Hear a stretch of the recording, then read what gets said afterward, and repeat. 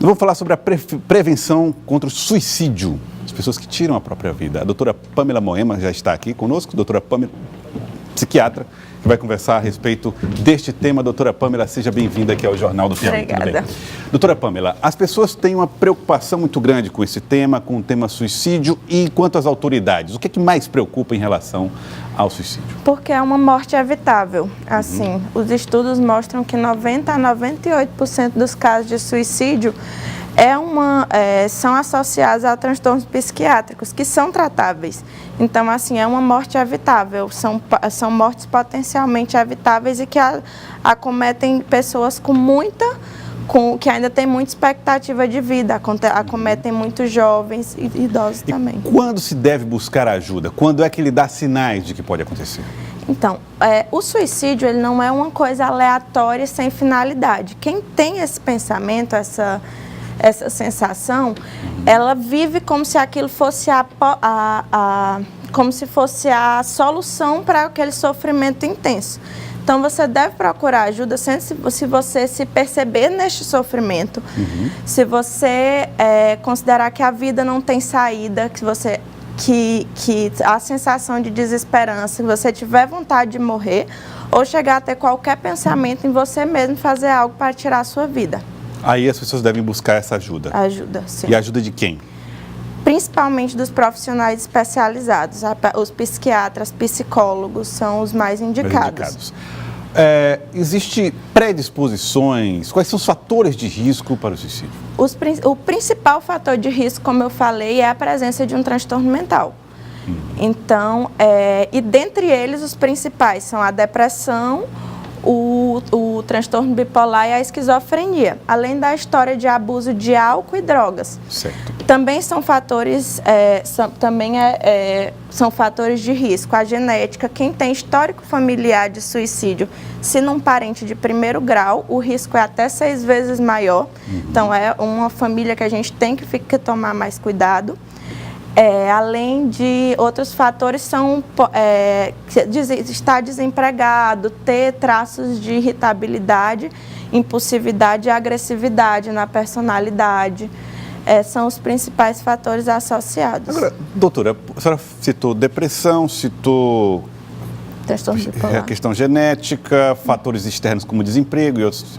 Mas por que todas as pessoas passam por esse tipo de problema, mas nem todas chegam a esse desfecho? O que define, de fato... Na verdade, como eu disse, não existe um fator para os pensamentos e para o ato suicida. É um conjunto de fatores.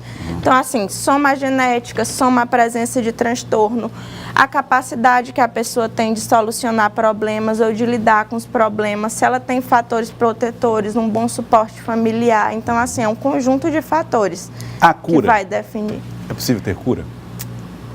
Falar de cura do pensamento suicida, assim, o que eu posso dizer é que há a possibilidade de remissão, a possibilidade de remissão desses pensamentos. Ou seja, a pessoa tem que ficar atenta a esses pensamentos para evitá-los. Com certeza. Eternamente se auto-vigiando. Sim.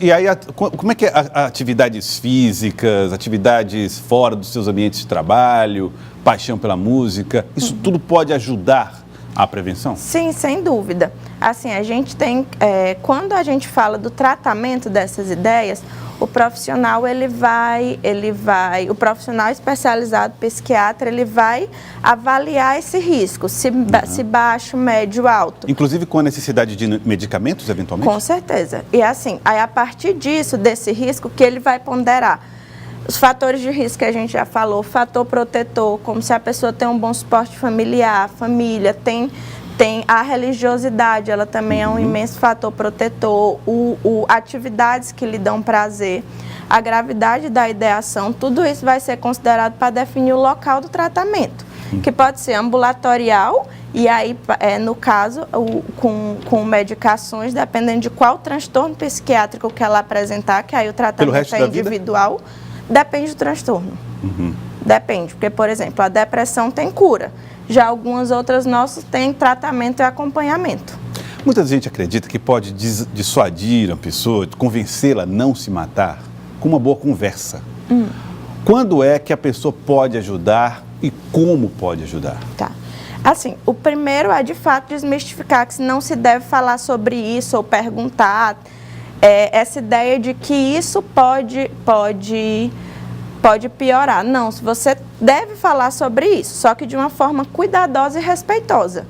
Então, assim, você tem que conversar, você conversa com a pessoa e se tranquiliza porque ela sente que alguém entende, tá? E até aumentar a possibilidade de melhora. Não julgar, não condenar quem tem quem está pedindo ajuda, porque isso não é uma falta de força de vontade, é uma falta de fé. É uma doença que deve ser tratada, tá? Então, assim, deve-se conversar sobre isso, mas sempre de forma respeitosa. Tá certo. Bom, eu gostaria de agradecê-la. Muito obrigado, doutora Pamela. Obrigado por ter vindo, obrigado por nos ajudar a entender um pouco mais essa questão, esse problema. E mande um abraço a todos no São Marcos. Obrigada. Muito obrigado, doutora Pamela. Obrigado pela participação.